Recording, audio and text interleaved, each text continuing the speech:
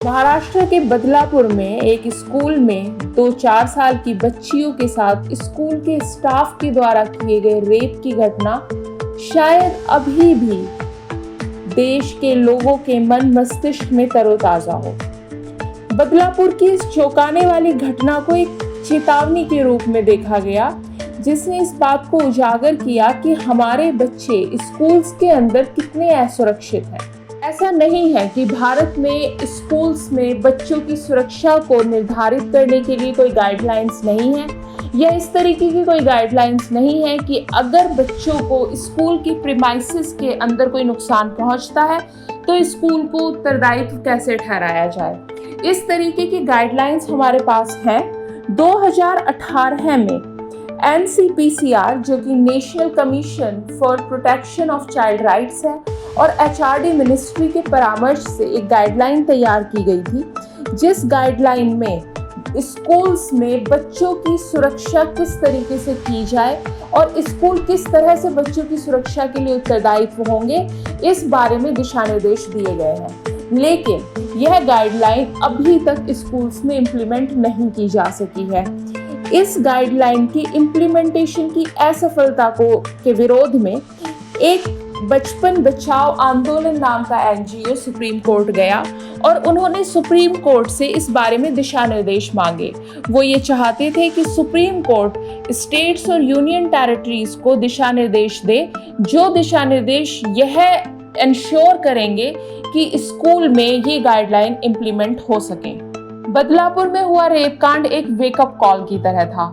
इस रेप कांड के बाद सुप्रीम कोर्ट भी उस स्लंबर से जाग उठा है जिस स्लंबर में 2019 में ये याचिका दायर की गई थी, और अभी तक इस याचिका पर सुप्रीम कोर्ट ने कोई दिशा निर्देश नहीं दिए थे। लेकिन अब फिलहाल सुप्रीम कोर्ट ने इस याचिका पर दिशा निर्देश दिए हैं और उन्होंने यह अहम निर्देश जारी किया है, जिसमें सभी स्टेट्स और सभी यूनियन टेरिटरीज में स्कूलों में बच्चों की सुरक्षा के लिए केंद्र सरकार के दिशा निर्देशों को तुरंत लागू करने का आदेश दिया गया है। और इसके साथ ही National Commission for Protection of Child Rights को स्टेट्स और यूनियन टेरिटरी के साथ में कोऑर्डिनेशन स्थापित करने और इन दिशा निर्देशों के अनुपालन की निगरानी करने की जिम्मेदारी भी सौंपी गई है। यह दिशा निर्देश जस्टिस BV नागरत्ना और N कोटेश्वर सिंह की बेंच ने स्कूलों में बच्चों की सुरक्षा के महत्व को हाईलाइट करते हुए दिए हैं। उन्होंने कहा कि ये दिशा निर्देश पहले ही केंद्र द्वारा नोटिफाई किए जा चुके हैं और अदालत ने केंद्र सरकार को सभी राज्यों और सभी यूनियन टेरिटरीज के जो चीफ सेक्रेटरी हैं उनको इन दिशा निर्देशों की सबसे अपडेटेड कॉपीज भेजने का निर्देश दिया है ताकि तुरंत कार्यवाही की जा सके। साथ ही कोर्ट ने NCPCR को भी यह निर्देश दिया है कि वह विभिन्न राज्यों से इन दिशा निर्देशों के अनुपालन की एक स्टेटस रिपोर्ट रिसीव करे। ये दिशा निर्देश अभी 2021 में सबसे लास्ट टाइम अपडेट किए गए हैं। अदालत का यह निर्णय भविष्य में होने वाली इस तरीके की किसी भी ट्रेजेडी को रोकने के लिए बहुत प्रभावशाली कदम साबित होगा। और इसके साथ ही कोर्ट ने यह भी संकेत इन दिशा निर्देशों के जरिए दिया है कि भारत भर के स्कूलों में छात्रों की जो सुरक्षा है वो सबसे बड़ी प्राथमिकता है। NCPCR को इस प्रक्रिया की निगरानी करने और अदालत को रिपोर्ट देने की जिम्मेदारी सौंपी गई है।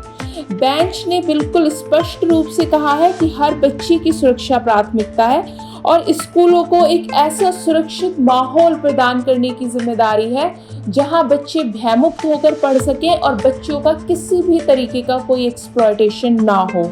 इस प्ली में याचिका में उन माँ बाप की भी बात की गई थी जो अपने बच्चों को स्कूल तो भेज देते हैं लेकिन फिर सारा दिन इस डर से डरे रहते हैं कि कहीं स्कूल में बच्चों के साथ कुछ गलत ना हो जाए। अदालत ने स्पष्ट किया है कि उनके ये जो दिशा निर्देश है इसके ऊपर तुरंत कार्यवाही होनी चाहिए। साथ ही सेंट्रल गवर्नमेंट को ये जिम्मेदारी दी गई है कि हर एक स्टेट के चीफ सेक्रेटरी को सबसे अपडेटेड, यह 2021 में सबसे लास्ट टाइम अपडेट की गई है ये जो गाइडलाइंस है, तो सबसे अपडेटेड गाइडलाइंस चीफ सेक्रेटरी को भेजी जाए ताकि इनका इम्प्लीमेंटेशन सुनिश्चित हो सके और स्कूल के प्रबंधन को, जो स्कूल मैनेजमेंट है, उसको बच्चों की सुरक्षा के लिए जवाबदेह बनाया जाए।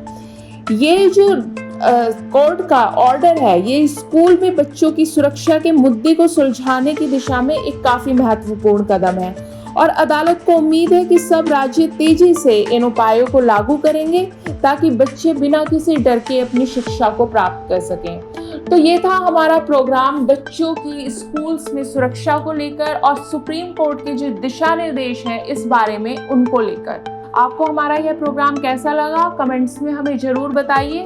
अगर आपको यह वीडियो पसंद आया हो तो इसे लाइक करें और चैनल को सब्सक्राइब करना ना भूलें।